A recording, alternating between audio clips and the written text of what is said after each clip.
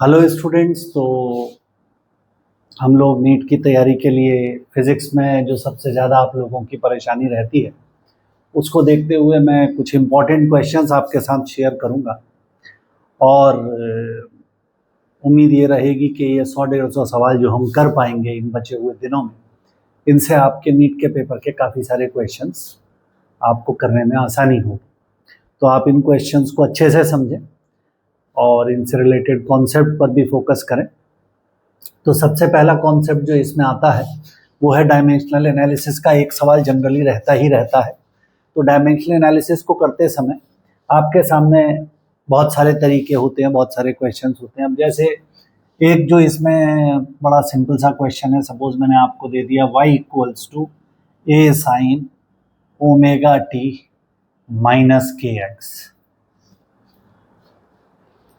और मैंने कहा what are the dimensions of omega by k. तो यहाँ पर आपको इस बात को समझना चाहिए कि साइन के बाद में हमेशा कोई ना कोई एंगल लिखा जाता है।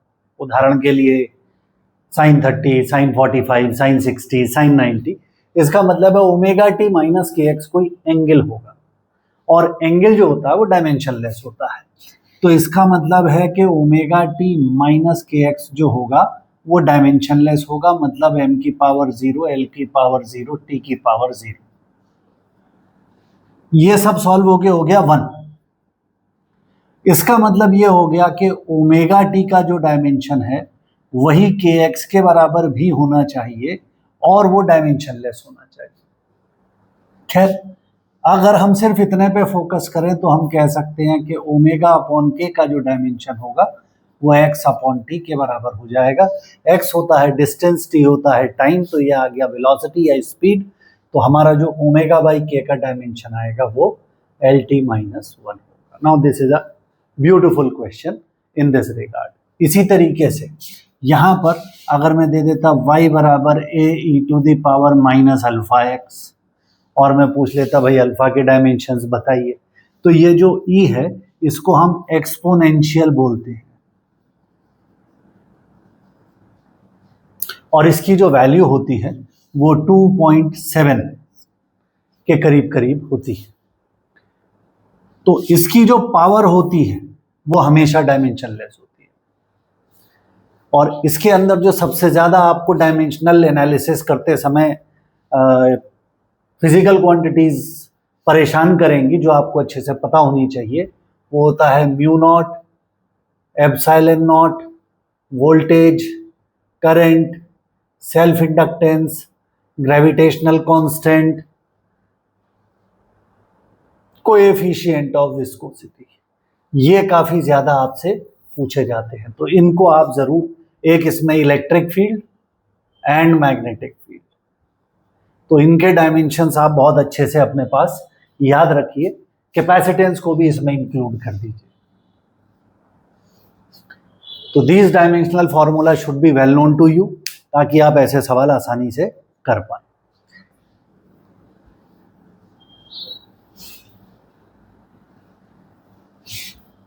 अब एक जगह मैं क्वेश्चन देख रहा था, उसने क्वेश्चन दिया हुआ था, if p equals to integration of t1 to t2, sorry हम यहां लिख लेते हैं alpha 1 to alpha 2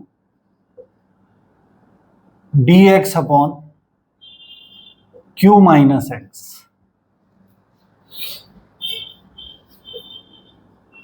find the dimensions of p over q। अब ये क्वेश्चन है, देखने में बड़ा खतरनाक क्वेश्चन लग रहा है, बट बहुत सीधा साधा सवाल है। प्रिंसिपल ऑफ होमोजेनिटी आपको ये गाइड करता है कि अगर आप दो चीजों को ऐड या सब्ट्रैक्ट कर रहे हैं तो उनके डायमेंशंस एक जैसे होने चाहिए।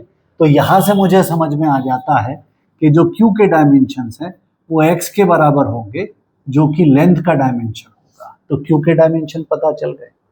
दूसरी चीज, now this whole term is x, तो बेसिकली ये dx अपॉन कोई ऐसा चीज होगा जो x होगा, मैंने फिलहाल कैपिटल X लिख दिया है, इन दोनों को सॉल्व करके आ गया है x। तो ऊपर dx है और नीचे x है, यानी लेंथ अपॉन लेंथ हो गया, यानी कि जो p होगा वो डायमेंशन लेस हो जाएगा। अब ये इंटीग्रल केवल आपको तंग करने के लिए दिया गया है, डिस्ट्रैक्ट करने के लिए दिया गया। बहुत सारे बच्चे सवाल छोड़ देंगे कि यार मुझे तो डिफरेंशिएशन इंटीग्रेशन में मैं कंफर्टेबल नहीं हूं, पता नहीं मेरा इंटीग्रेशन में गलत हो जाए।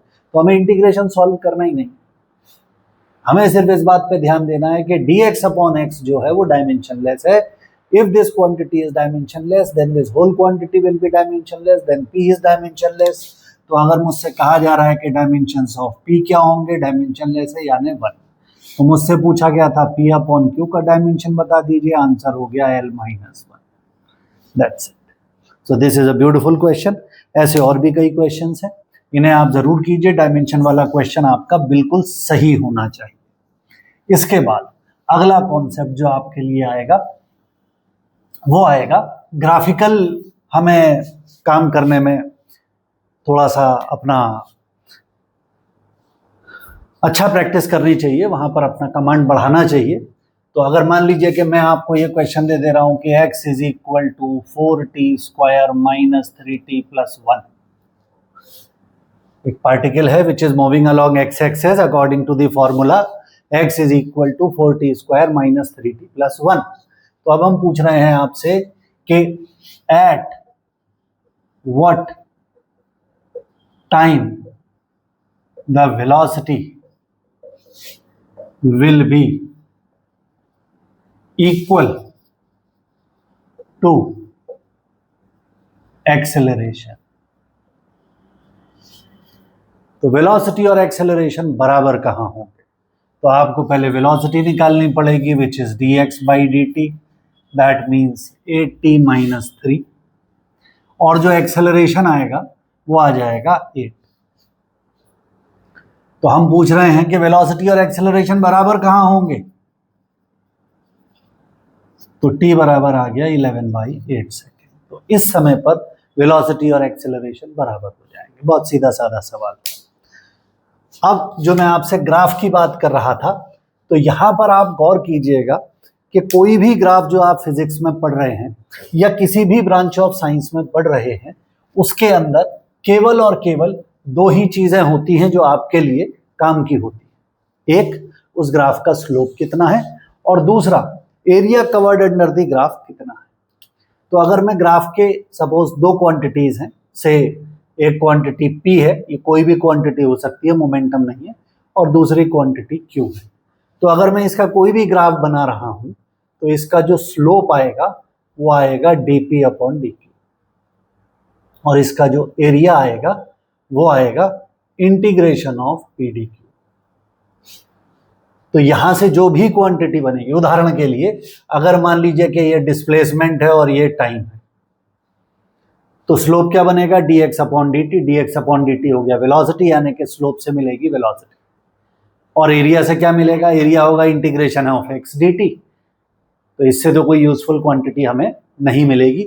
आप अगर देखते हैं तो x dt हो गया, x का डायमेंशन मीटर हो गया, टाइम का डायमेंशन सेकंड हो गया, तो ये मीटर इंटू सेकंड आ गया। मीटर इंटू सेकंड कोई यूजफुल फिजिकल क्वांटिटी आपके लिए नहीं बनती है, मतलब इसका एरिया आपको कोई काम की बात नहीं बताएगा। वहीं पर अगर ये वीटी ग्राफ होता तो वीटी ग्राफ के लिए जो स्लोप होगा वो dv बाई dt हो जाएगा, यानी कि एक्सेलरेशन। और अगर मैं पूछ रहा हूं एरिया, तो वो vdt हो जाएगा, और vdt का मतलब हो जाएगा डिस्प्लेसमेंट। तो एरिया से मिलेगा डिस्प्लेसमेंट और स्लोप से मिलेगा एक्सेलरेशन। अब अगर मान लीजिए कि कहीं पर आपको वेलोसिटी और डिस्प्लेसमेंट का ग्राफ दे दिया जाए तो कैसे होगा काम? वेलोसिटी एंड डिस्प्लेसमेंट, तो अगर मैं इसका स्लोप निकालूंगा तो dv अपॉन ds आ जाएगा। तो यहां पर मैं अगर इसको लिख दूं कि dv upon dt into dt upon ds, तो ये हो जाएगा एक्सेलरेशन, और ये हो जाएगा ds अपॉन dt जो है वो वेलोसिटी होता है, तो ये 1/v हो गया। तो ये एक्सेलरेशन अपॉन वेलोसिटी बता देगा मुझे इसका। तो अगर मैं इसका स्लोप निकाल रहा हूं तो एक्सेलरेशन डिवाइडेड बाय वेलोसिटी, ये मुझे पता चलता जाएगा।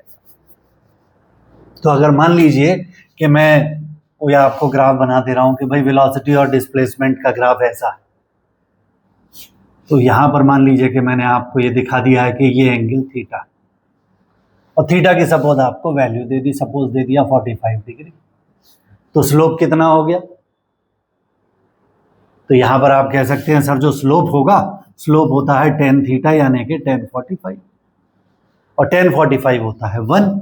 इसका मतलब हो गया एक्सेलरेशन अपॉन वेलोसिटी, यानी कि पार्टिकल का जितना एक्सेलरेशन है उतनी ही उस पार्टिकल की वेलोसिटी होगी, अगर वेलोसिटी और डिस्प्लेसमेंट का ग्राफ इस प्रकार का होगा। Now this is classic question, आसान सवाल है, कोई बहुत मुश्किल सवाल नहीं है, लेकिन आपको ये क्लियर होना चाहिए आइडिया, तब आप कर पाएंगे। तो रिमेंबर दिस, ये एक बहुत यूजफुल आपके लिए टिप है। अब अगर मैं कहूँ भाई इस ग्राफ के स्लोप से, एरिया से मुझे क्या मिलेगा, तो अगर मैं इसका एरिया निकाल रहा हूँ तो एरिया क्या होगा, वो हो जाएगा integration of v d s. अब यहां हम क्या कर सकते हैं,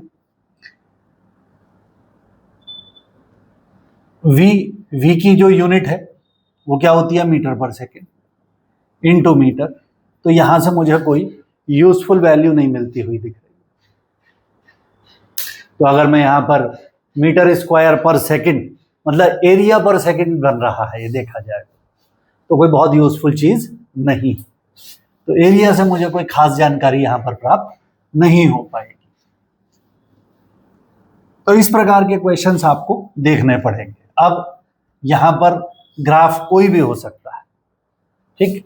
उदाहरण के लिए एक बहुत कॉमन सा सवाल है कि भाई a ball is throne up with say 50 meter per second. Find the velocity when it is 20 meter above the ground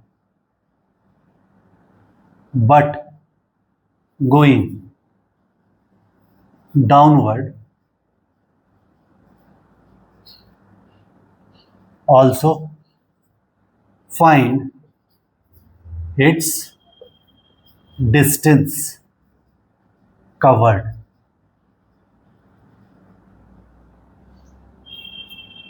from the point of projection। ऐसे सवाल आपके नीट के पेपर में खूब आते हैं, और ये एक इंपॉर्टेंट टॉपिक है, motion under gravity, free fall या अपवर्ड थ्रो। तो इसमें 3 इंपॉर्टेंट फॉर्मूले हैं जो मैं आपको बता देता हूं। पहला, time to rise to the highest point, अगर चीज को ऊपर फेंका गया और वो फिर वापस वहीं आ रही है, तो अगर टोटल टाइम ऑफ फ्लाइट, मतलब कि बॉल को यहां से फेंका, वो ऊपर गई और फिर यहीं आ गई, ऊपर जा करके नीचे आ गई है, तो टाइम ऑफ फ्लाइट जो होता है वो 2u/g हो जाता है। मैक्सिमम हाइट अटेंड, यहां से फेंका था यहां तक गई है, तो वो u²/2g हो जाता है। u इसकी इनिशियल वेलोसिटी होती है और h इसकी ये वाली हाइट हो जाएगी यहां से लेके यहां तक की, और यहां पर ये जो टाइम है टोटल टाइम है। अगर टॉप मोस्ट तक का टाइम पूछूंगा तो यहां पहुंचने का जो टाइम होगा वो u/g होगा। इसी तरीके से अगर किसी हाइट से हम एक बॉल को ड्रॉप कर रहे हैं, सपोज यहां से एक बॉल ड्रॉप की जा रही है और ये हाइट h है, तो जो टाइम लगता है वो √2h/g लगता है। कितनी वेलोसिटी से यहां हिट करती है बॉल आकर के, बॉल आकर के हिट करती है √2gh से। तो ये आपको फॉर्मूले याद रखने चाहिए, इससे आपका काम करने का जो समय है वो काफी हद तक बच जाता है। बट जो सबसे महत्वपूर्ण बात है, जो कि अक्सर बच्चों को नहीं मालूम होती है, कि हमें इक्वेशंस ऑफ मोशन को बड़ा इंटेलिजेंटली यूज करना आना चाहिए। वो जो आप 3 इक्वेशंस पढ़ते हैं, v = u + at, s = ut + ½ at² and v square is equal to u square plus 2as। इन तीनों इक्वेशंस में जो एक्सेलरेशन है वो आप हमेशा -g डाल दीजिए अगर मोशन अंडर ग्रेविटी है। क्यों डाल दीजिए? क्योंकि a की वैल्यू हमेशा ही g है। अब आप में से बहुत लोग कहेंगे नहीं नहीं सर, बॉल पहले ऊपर जा रही है तो हम g को माइनस लेते हैं, फिर नीचे आती है तो प्लस लेते हैं, या उल्टा। वो गलत है करना। गलत क्यों है? क्योंकि बॉल चाहे ऊपर जा रही हो चाहे बॉल नीचे आ रही हो, एक्सेलरेशन उसका यहां पर भी g डाउनवर्ड है और एक्सेलरेशन उसका यहां भी g डाउनवर्ड ही है। तो एक्सेलरेशन ना तो अपना मैग्नीट्यूड बदल रहा है ना डायरेक्शन बदल रहा है, इसलिए एक्सेलरेशन की ना तो वैल्यू बदलनी चाहिए ना साइन बदलना चाहिए। तो बदलना क्या चाहिए? बदलना चाहिए बाकी पैरामीटर्स को। तो इसमें टाइम तो स्केलर है, ये तो बदलता नहीं है, तो आपका ये वेलोसिटी, डिस्प्लेसमेंट, ये अपने साइन बदल सकते हैं बस। तो s अपना साइन बदलेगा, u अपना साइन बदलेगा, v अपना साइन बदलेगा according to the problem, but a का साइन नहीं बदला जाएगा। अब हम इसी आइडिया को यहाँ अप्लाई करके देखते हैं। इस सवाल में, क्वेश्चन में वो आपसे क्या कह रहा है? वो कह रहा है कि भाई एक बॉल को 50 मीटर पर सेकंड से फेंका जा रहा है। सपोज ये ग्राउंड पर से एक बॉल फेंकी गई 50 मीटर पर सेकंड से, तो क्या होगा? ये बॉल ऊपर जाएगी फिर नीचे आएगी। तो हमने कहा भाई ये बॉल पहले ऊपर गई और फिर ये नीचे आ गई। तो जब ये बॉल नीचे जा रही थी और ये ग्राउंड से 20 मीटर की हाइट पर थी, तब इसकी वेलोसिटी क्या थी वो बताइए, और इसने कितना डिस्प्लेसमेंट कर लिया है वो बताइए, सॉरी डिस्टेंस। तो अब इस सवाल को अगर मैं इन इक्वेशंस से करना चाहता हूं तो मैं यहां पर लगाऊंगा s equal to ut plus half at square. 20 metre ऊपर है तो प्लस 20, u हो गया 50, t हमें मालूम नहीं, half of minus g t square. g की जगह 10 डाल देंगे तो ये 5 हो जाएगा, 5 से सबको डिवाइड कर दीजिए, 4 is equal to 10t minus t square. तो ये आ जाएगा t square minus 10t plus 4 बराबर 0। t is equal to minus B plus minus under root B square minus 4ac upon 2a। तो 10 plus minus under root of 84 divided by 2, that means 5 plus minus 21, और 21 का जो under root आएगा वो करीब करीब आ जाएगा 4.5 मान लेते हैं। तो 5 प्लस माइनस 4.5 यानी कि 0.5 एंड 9.5, यानी कि ये बॉल 20 मीटर की हाइट पर होगी दो बार।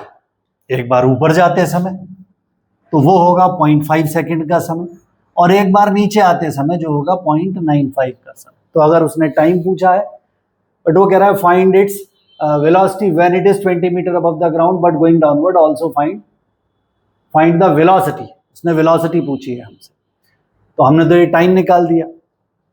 अगर टाइम पूछा होता तो ऐसे निकालते। अब अगर उसने हमसे सिर्फ वेलोसिटी पूछी है तो हम वेलोसिटी बिना इसके भी निकाल सकते थे, डायरेक्टली निकाल सकते थे। v square is equal to u square, u कितना है 50 प्लस 2, a के बदले आ गया माइनस g यानी कि माइनस 10, और इसकी जगह आ गया प्लस 20।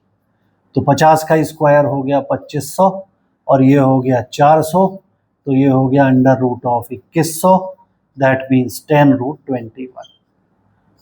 इतनी वेलोसिटी होगी और वो डाउनवर्ड डायरेक्शन में होगी।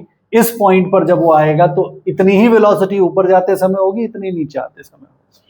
अब उसने पूछा है भाई हमें डिस्प्लेसमेंट भी बताइए, तो डिस्प्लेसमेंट कैसे निकालेंगे? तो डिस्प्लेसमेंट के लिए आपके पास या तो आप सेकंड इक्वेशन, हालांकि टाइम निकाल दिया, वहां डाल दीजिए, आ जाएगा, अदरवाइज आप यहीं से कर सकते हैं। तो डिस्प्लेसमेंट तो 20 ही आएगा आपका यहां से, क्योंकि इस इक्वेशन से डिस्टेंस नहीं आता है, इससे डिस्प्लेसमेंट ही आता है। तो अब डिस्टेंस कैसे निकालें? तो डिस्टेंस निकालने के लिए आपको ये टोटल हाइट निकाल लेनी चाहिए h, और इसमें आपको ये वाला डिस्टेंस ऐड कर देना चाहिए। तो ये कितना होगा, ये होगा h माइनस 20, तो डिस्टेंस कवर्ड हो जाएगा 2h माइनस 20। तो अगर मैं डिस्टेंस कवर्ड को L से दिखा दूं तो ये 2h माइनस 20 है, और h कितना होगा, अभी मैंने आपको फॉर्मूला दिया था u स्क्वायर बाई 2g, यानी कि 50 इंटू 50 बाई 2 इंटू 10, तो 25, 25 पंजे 125, 125 का डबल 250, 250 में से 20 माइनस कर दीजिए, तो 230 हमारा आंसर हो जाएगा। Distance covered from the point of projection 230 metre का होगा। तो अगर टाइम पूछा जाए, हालांकि ये बिल्कुल अनवांटेड था, मैंने उधर थोड़ा मिस्टेक कर दिया, पढ़ा नहीं था, ध्यान नहीं दिया था, तो ये टाइम निकालना जरूरी नहीं था, ये हमारा अननेसेसरी पार्ट है, बट अगर पूछा जाए तो ऐसे ही निकालना पड़ेगा।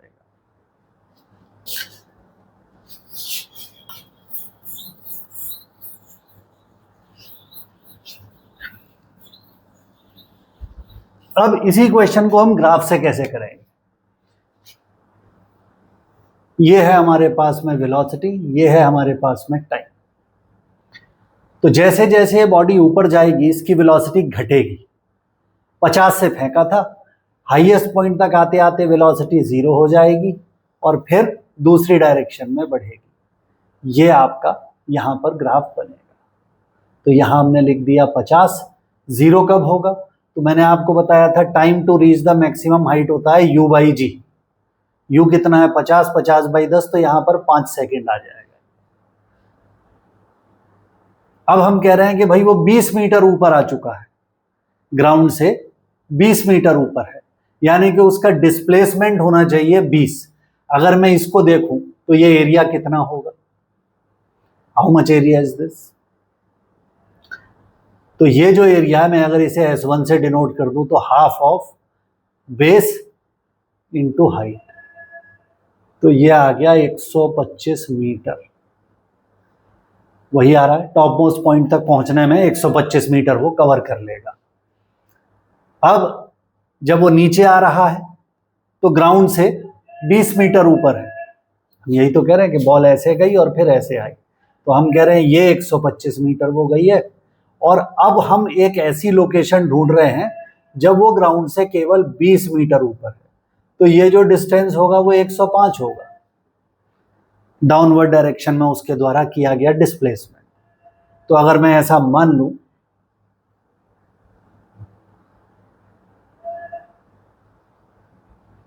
कि ये जो है आपका, ये 105 होना चाहिए, तो इसका जो डिस्प्लेसमेंट होगा वो 20 आ जाएगा, ठीक है ना, क्योंकि इधर 125 है और इधर 105 है। ये जो डिस्प्लेसमेंट है ये पॉजिटिव डिस्प्लेसमेंट है, मतलब ऊपर की डायरेक्शन में किया गया डिस्प्लेसमेंट है, और ये नीचे की डायरेक्शन में किया गया डिस्प्लेसमेंट है। दोनों को जोड़ दीजिए तो डिस्टेंस आ जाएगा। So add them two, you will get the distance. Minus कर दीजिए तो डिस्प्लेसमेंट आ जाएगा 125 माइनस 105। अब मुझे ये नहीं मालूम है कि ये कितना है, तो मैंने इसे मान लिया कि ये v है, और मुझे ये भी नहीं पता कि ये कितना है, यहां मैंने मान लिया कि ये t है। तो अब क्योंकि मुझे ये 105 चाहिए और मुझे ये पता है कि ये वाला एंगल और ये वाला एंगल बराबर हैं, तो इधर वाले एंगल से अगर मैं tan थीटा निकालूंगा तो वो आएगा 50/5 इज इक्वल्स टू, इधर से निकालूंगा तो आ जाएगा v/t-5। तो यहां से ये आ जाएगा 10, तो tan t - 50 is equal to v। ये मेरे पास आ जा रहा है। तो कितनी देर के बाद में वो यहां आएगा ये मुझे पता चल जा रहा है। अब ये जो v/t-5 है ये 10 होना चाहिए, तो मुझे यहाँ टाइम के टर्म्स में आंसर मिल रहा है। अब ये जो पूरा का पूरा एरिया है वो मैं बता चुका हूँ 105 है, तो मैं लिख सकता हूँ 105 is equal to half of v into t-5। तो यहां से मेरे पास आ जाएगा 210 इज इक्वल टू, v के बदले में डाल देता हूं tan t-50 इंटू t-5, और इसको सॉल्व करके मेरे पास t आ जाएगा। क्योंकि मुझे t रिक्वायर्ड नहीं है तो मैं यहां पर t को रिप्लेस करूंगा। मैं यहां पर अगर 10 से डिवाइड कर दूं तो t-5 बराबर v/10 आ जाएगा। तो मैं बजाय ऐसा करने के यहाँ t-5 के बदले v/10 डाल दूंगा, तो ये 105 आ जाएगा। तो 105 इंटू 20 का अंडर रूट बराबर v, तो ये कितना आ जाएगा 210, 2100 आ जाएगा, वही 10√21। तो वही जो वेलोसिटी मैंने निकाली थी इस तरीके से वही वेलोसिटी मेरी ग्राफ से भी आ रही है। हालांकि आप में से कई लोग कहेंगे कि सर ये ऐसे करना आसान लग रहा है, वो इसलिए कि अभी आप ये नया नया ट्राई कर रहे हैं। हालांकि एग्जाम सर पर है, मैं नहीं कहूँगा कि ऐसे ट्राई करें, लेकिन अगर किसी क्वेश्चन में आपको दे दिया जाएगा ग्राफ ही, तो आप कैसे समझोगे? जरूरी नहीं है कि वो यही नरेट करे ना आपको। तो ये एक इम्पॉर्टेंट क्वेश्चन है। इसी क्रम में एक और इम्पॉर्टेंट क्वेश्चन आपको करा देते हैं। ये क्वेश्चन काफी आता है एग्जाम में।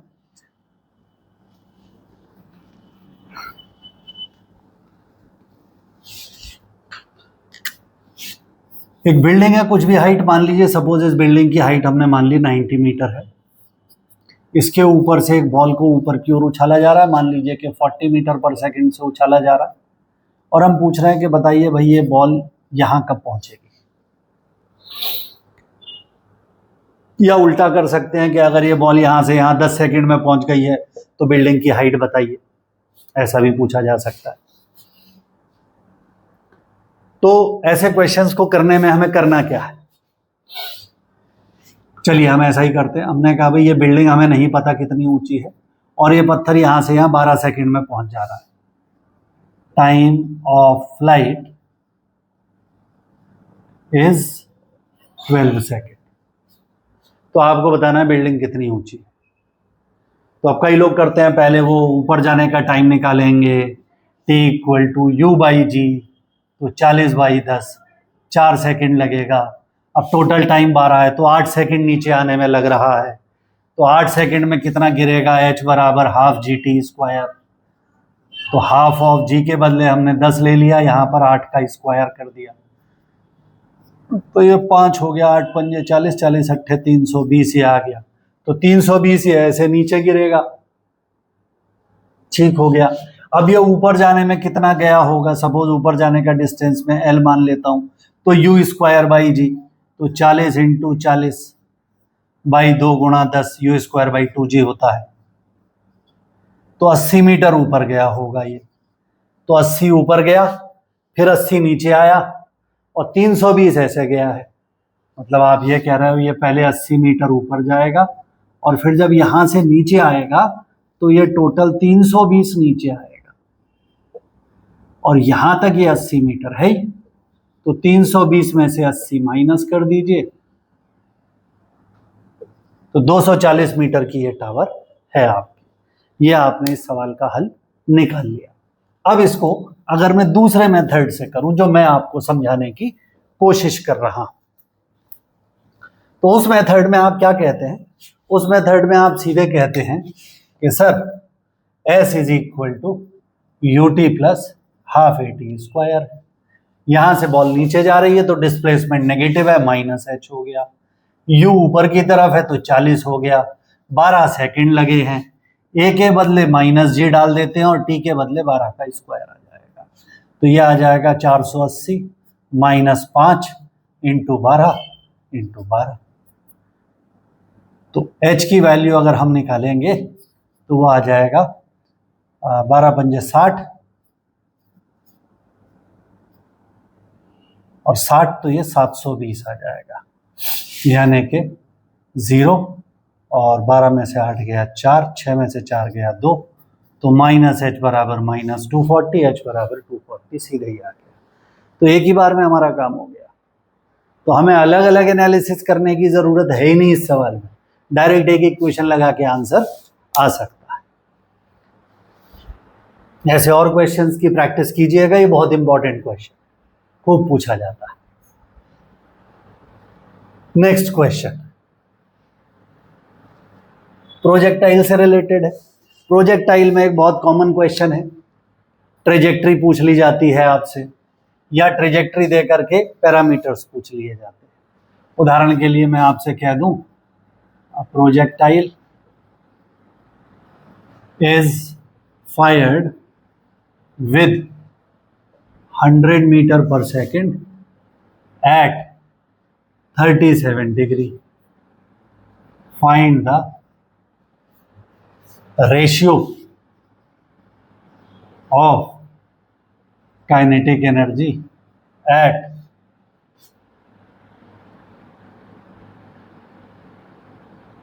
the point of projection and highest point.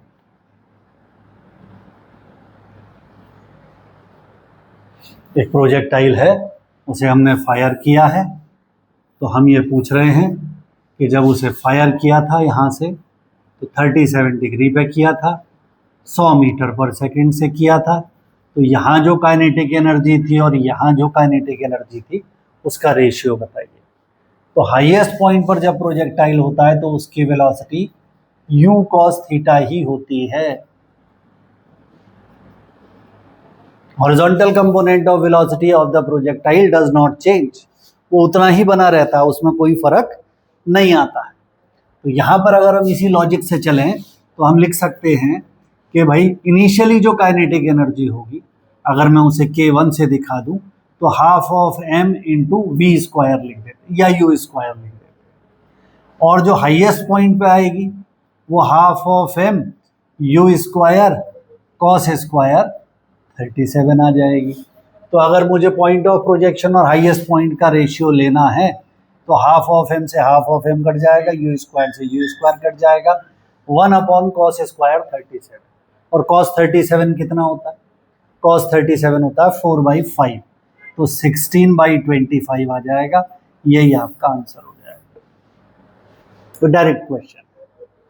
अब मान लिया जाए कि मैं आपसे कहूं कि भाई इसकी इक्वेशन ऑफ पाथ बता दीजिए, तो हालांकि ऐसा सवाल बहुत रेयर है कि पूछा जाएगा, लेकिन मैं फिलहाल इक्वेशन ऑफ पाथ निकाल दे रहा हूं। क्या होता है? x tan theta minus half of gx square upon u square cos square theta. तो tan 37 हो गया 3/4, 5x स्क्वायर अपॉन ये हो गया 100 इंटू 100, और cos 37 हो गया 4/5 इंटू 4/5। तो 5 से कट जाएगा 20, 5 से ये भी कट जाएगा 20, और 5 से फिर ये भी कट जाएगा तो 4 आ जाएगा। तो 3x/4 minus x square divided by 4 चौक 16 चौक 64, 64 दूनी 128, ये मेरी इक्वेशन हो जाती है।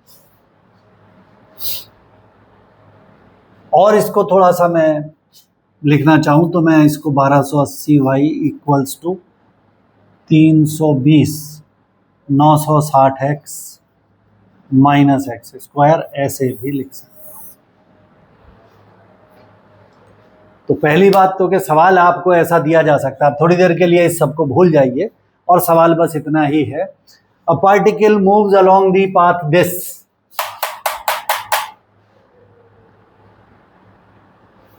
The acceleration of the particle. तो अगर आप समझदार हैं तो आप देख लेंगे कि भाई ये तो कोई पैराबोलिक इक्वेशन दिख रही है, तो पैराबोला है। अब पैराबोला है तो डिफरेंशिएट करके देखना पड़ेगा 2 बार, तो आपको पता चल जाएगा एक्सेलरेशन क्या आ रहा है निकल के, वो g के बराबर ही आ जाएगा। लेकिन अगर मैं आपसे कहूं कि भाई मुझे इसकी रेंज बता दीजिए, what is the range of this projectile? Question हमारा है a projectile has equation 1280y equal to 960x minus x square. Find its range. तो यहां पर हम थोड़ा सा समझदारी से अगर काम लें तो ये उसने कह दिया कि ये प्रोजेक्टाइल की बात हो रही है।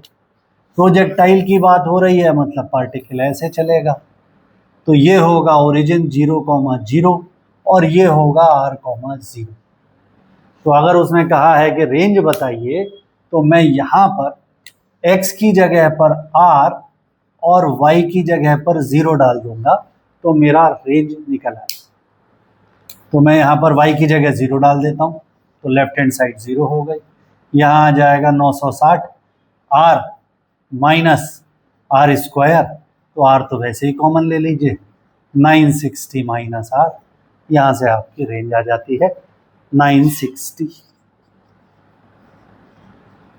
तो डायरेक्ट क्वेश्चन हो गया आपका। अगर ऐसे दिया जाता तो फिर भी थोड़ी मेहनत का काम था, लेकिन ऐसे दे दिया तो बहुत आसान हो गया। तो ये प्रोजेक्टाइल के अंदर एक इम्पॉर्टेंट कंसिडरेशन है। दूसरी बहुत महत्वपूर्ण बात कि प्रोजेक्टाइल में हॉरिजॉन्टल डायरेक्शन का एक्सेलरेशन हमेशा 0 होगा, यानी कि horizontal velocity will remain same throughout the time. Okay,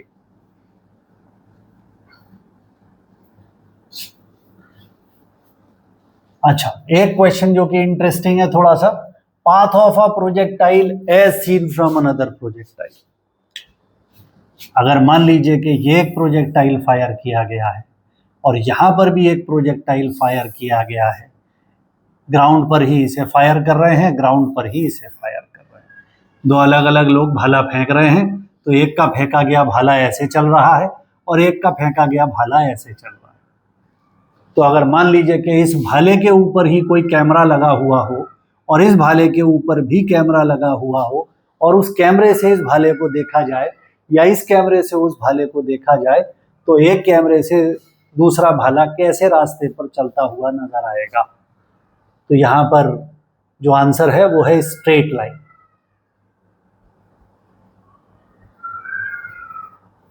path of a projectile as seen from another projectile is always a straight line, ये याद रखिएगा, बहुत इंपॉर्टेंट बात है ये। ओके,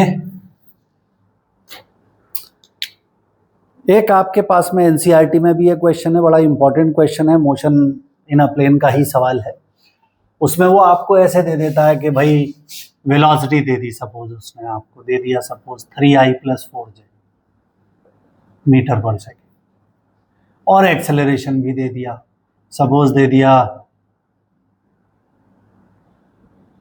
1j मीटर पर सेकेंड स्क्वायर, और ये बता दिया कि भाई वो पार्टिकल जो स्टार्ट कर रहा है वो XY प्लेन में चल रहा है and it start from a point से 2,3, यहां से उसने शुरू किया।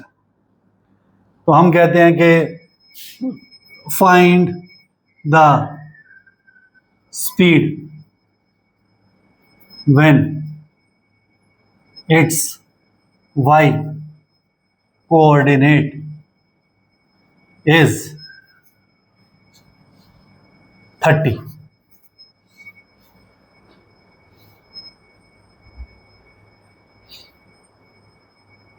यानी कि चलता चलता कभी एक ऐसे पॉइंट पर आ गया है जहां पर उसका कोऑर्डिनेट x, 30 हो गया है, तो जब वो इस पॉइंट पर आ गया है तब इसकी स्पीड क्या होगी, ये वो पूछ रहा है। तो ये सवाल कई बार बहुत परेशान करता है बच्चों को, तो इसमें कोई बहुत ज़्यादा परेशान होने वाली बात नहीं है। आप यहाँ I और J समझ लें, वेलोसिटी, एक्सेलरेशन और डिस्प्लेसमेंट। तो वेलोसिटी उसने आपको दे रखी है 3i + 4j, एक्सेलरेशन में I है ही नहीं तो 0 और 1 हो गया। डिस्प्लेसमेंट का जहाँ तक सवाल है तो उसने शुरू कहाँ से किया है, 2,3 से, तो मैं डिस्प्लेसमेंट के नीचे यहाँ लिख देता हूँ x और y। तो x शुरू हुआ है पहले 2 से, बाद में x पर जा रहा है, y शुरू हुआ है 3 से और बाद में पहुंच रहा है 30 पर।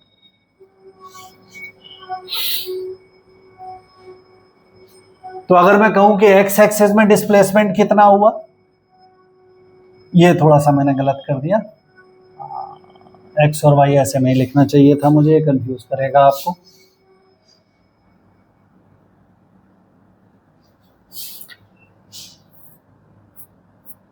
डिस्प्लेसमेंट जो x में हुआ है वो हुआ है 2 से x तक, यानी कि यहां पर आएगा x - 2 और यहां पर हुआ है 30 - 3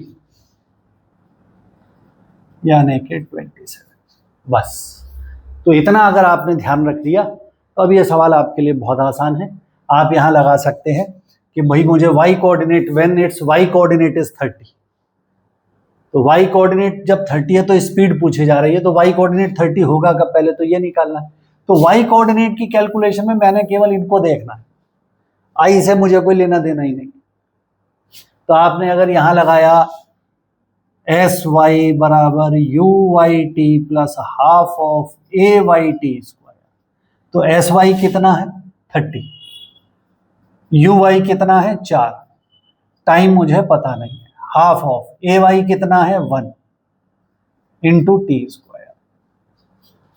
इसको सॉल्व कर दीजिए तो ये आ जाएगा 60 is equal to 80 plus T square, तो T square plus 80 minus 60 is equal to 0, तो T is equal to -8 plus minus under root B square minus 4ac upon 2a। तो ये आ जाएगा -4 प्लस माइनस